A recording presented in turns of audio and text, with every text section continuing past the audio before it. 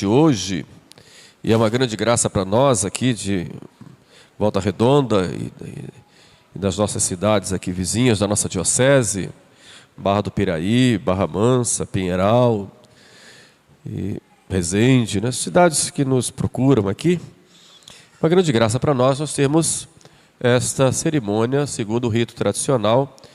Milhares e milhares de fiéis participaram ativamente de muitas vigílias como esta que nós estamos tendo.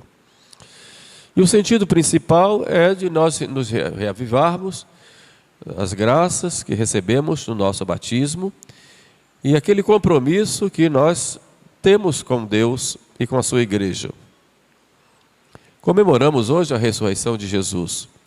A ressurreição de Jesus, que é também a nossa ressurreição para uma nova vida. Saímos daqui restaurados, reconciliados com Deus, tendo uma nova vida em nós. Obrigado.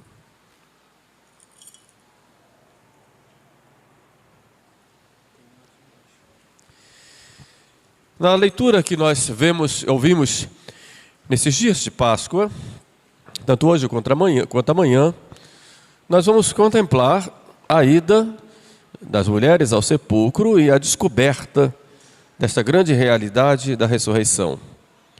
Algumas mulheres foram na madrugada do domingo ao sepulcro para embalsamar Jesus.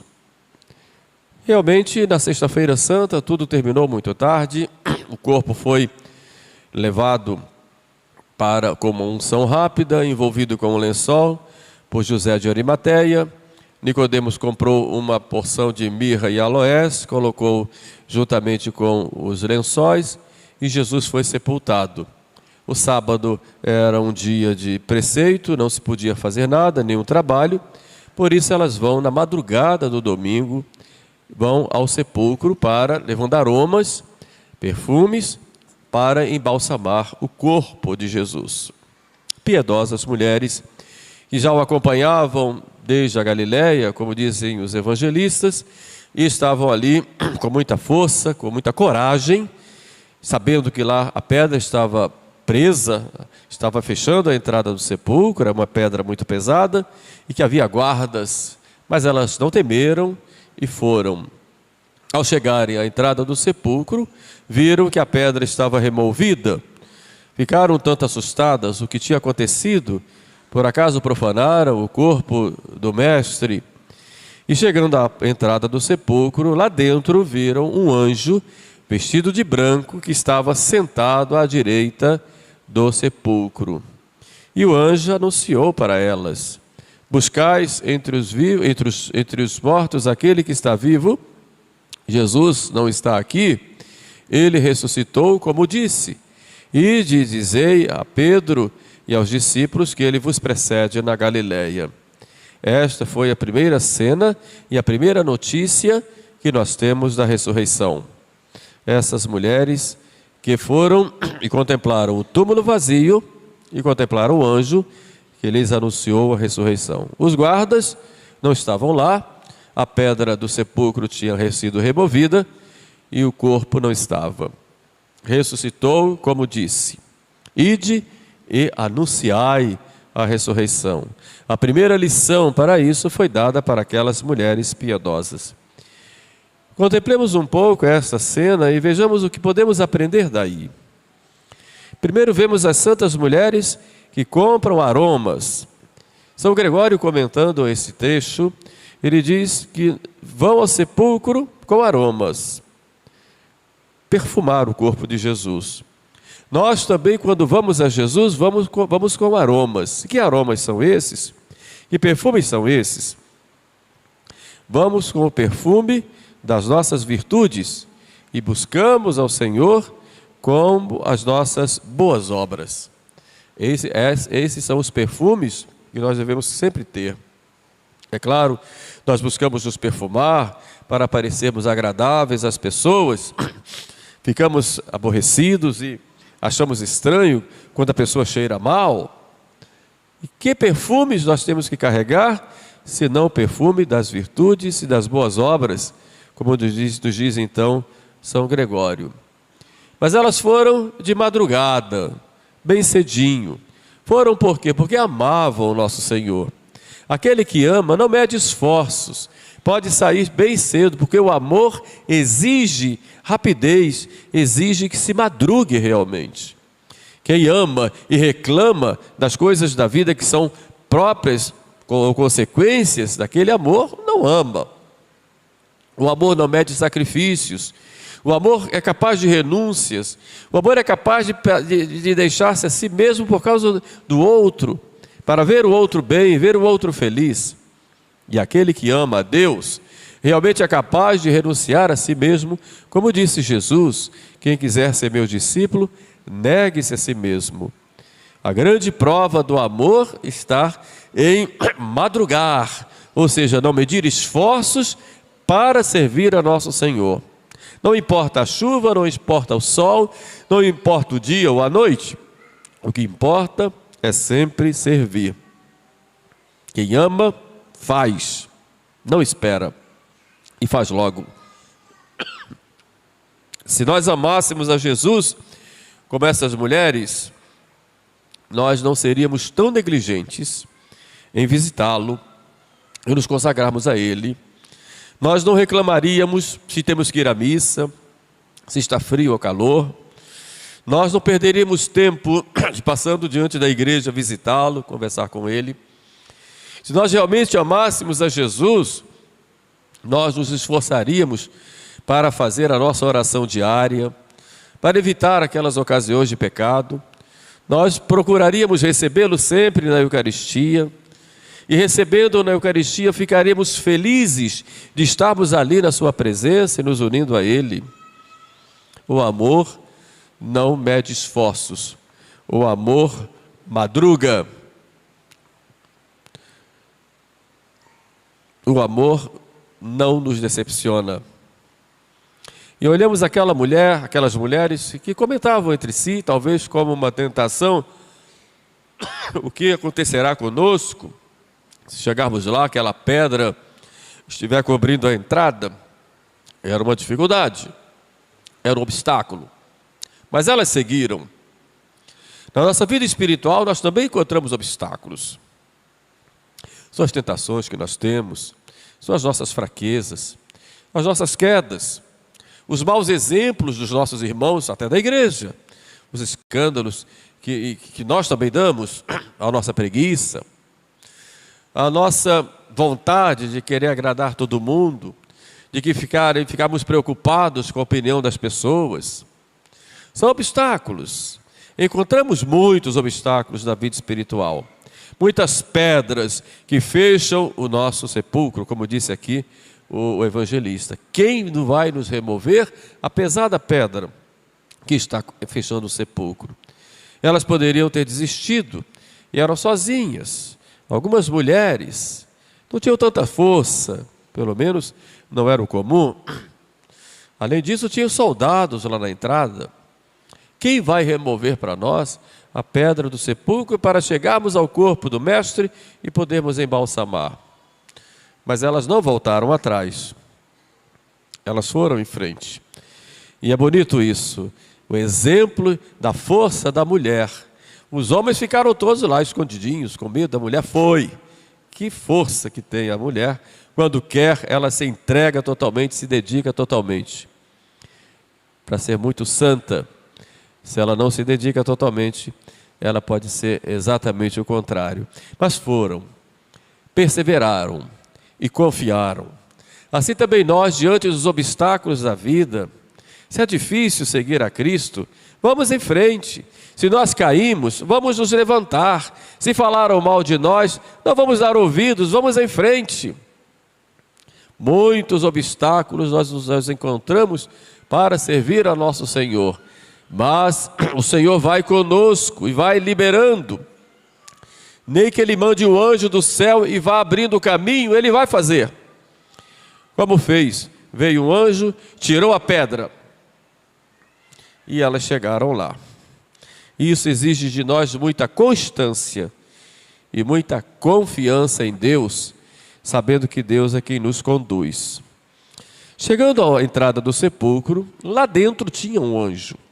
O anjo estava sentado à direita, vestido de branco. Notem bem que todos esses detalhes são importantíssimos na hora de meditar e tem um significado na hora de meditar essa cena. Primeiro, o anjo estava sentado. Era o anfitrião do céu que vinha ali atestar publicamente que ele tinha ressuscitado. Por isso o anjo que estava sentado dentro do sepulcro e dizendo: entrem, entrem, era o anfitrião que estava dizendo: ele ressuscitou. Dentro, é preciso que vocês não tenham medo. Não tenham medo de entrar no mistério de Deus. Às vezes a gente fica com medo de servir a Deus, porque acha difícil, medo de se entregar totalmente a Deus. Tão preocupados como eu não vou conseguir. Entrem, entrem no mistério. E assim que o anjo disse: entre, ele não foi lá fora, entrem. E estava de branco. De branco por quê? Porque é alegria, é festa. Ele ressuscitou e vai dar uma nova vida para todos aqueles que nele crerem e quiserem se tornar realmente filhos de Deus. Mas interessante uma coisa, ele estava à direita, não estava à esquerda. Pode parecer estranho isso, mas São Gregório Magno tem um comentário a respeito desse termo direita aí. Ele estava à direita porque a esquerda era símbolo da vida terrestre e a direita era símbolo da vida celeste. Então Jesus, ele estava sentado à direita para dizer para aquelas mulheres que agora ele não está mais na vida terrestre, ele está na vida celeste, porque na ressurreição ele já está na glória celeste e está chamando a todos para participarem com ele dessa glória celeste. E São Gregório diz: por isso ele estava sentado à direita do sepulcro. E o que é que diz o anjo? Ressuscitou, ele não está aqui. Mostrou de modo claro e evidente que ele é Deus, e a ressurreição de Cristo, a vitória dele sobre a morte, vitória sobre o pecado e uma vitória sobre Satanás. Completa aí a vitória que ele teve na cruz. Porque se nós olharmos a morte de Jesus, parece tudo perdido. Parece que se acabou tudo ali. Vamos ver os discípulos fugindo, alguns desistindo. Parece que acabou tudo ali. Mas a morte de Cristo não é uma morte que destrói o próprio Cristo. A morte de Cristo é uma morte de vitória. É uma morte que dá a vida, porque ali se renova a aliança, ou melhor, se faz uma nova aliança entre Deus e os homens. A nova e eterna aliança que é feita pelo sangue do Cordeiro imolado, que é Jesus. Assim também nós fazemos pelo batismo uma aliança.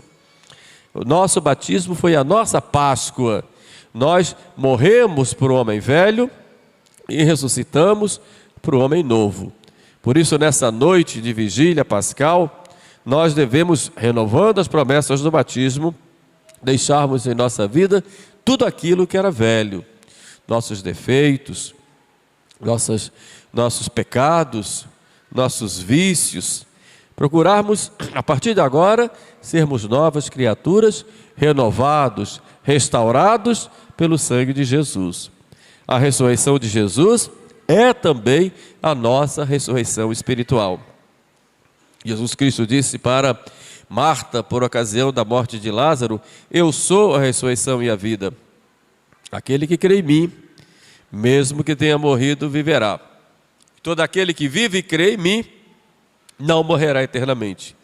Então essa ressurreição que nós queremos e que temos no nosso batismo, que temos quando nós nos confessamos, temos aí uma nova vida. Páscoa, então, é exatamente isso para nós.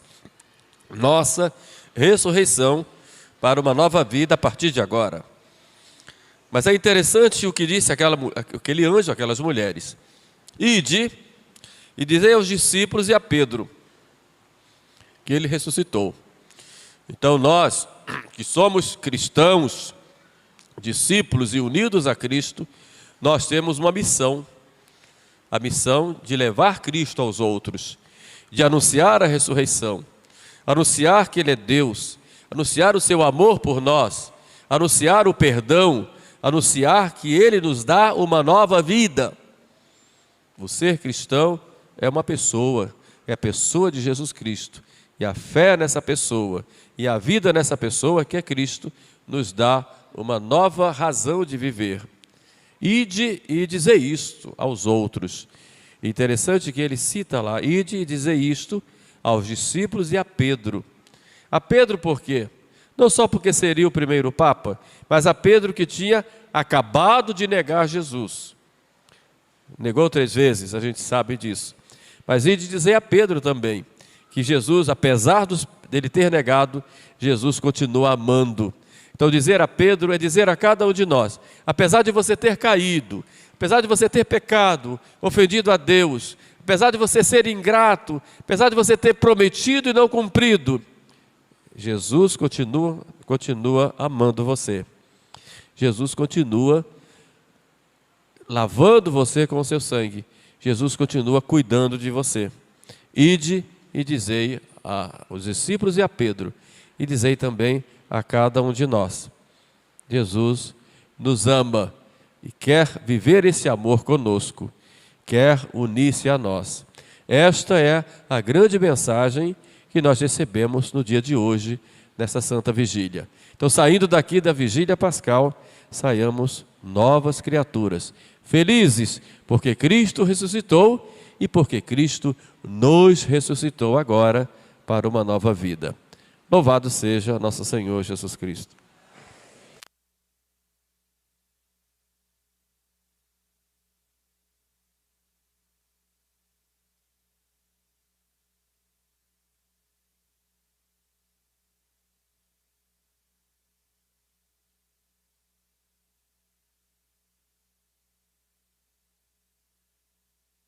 Dominus vobiscum. Et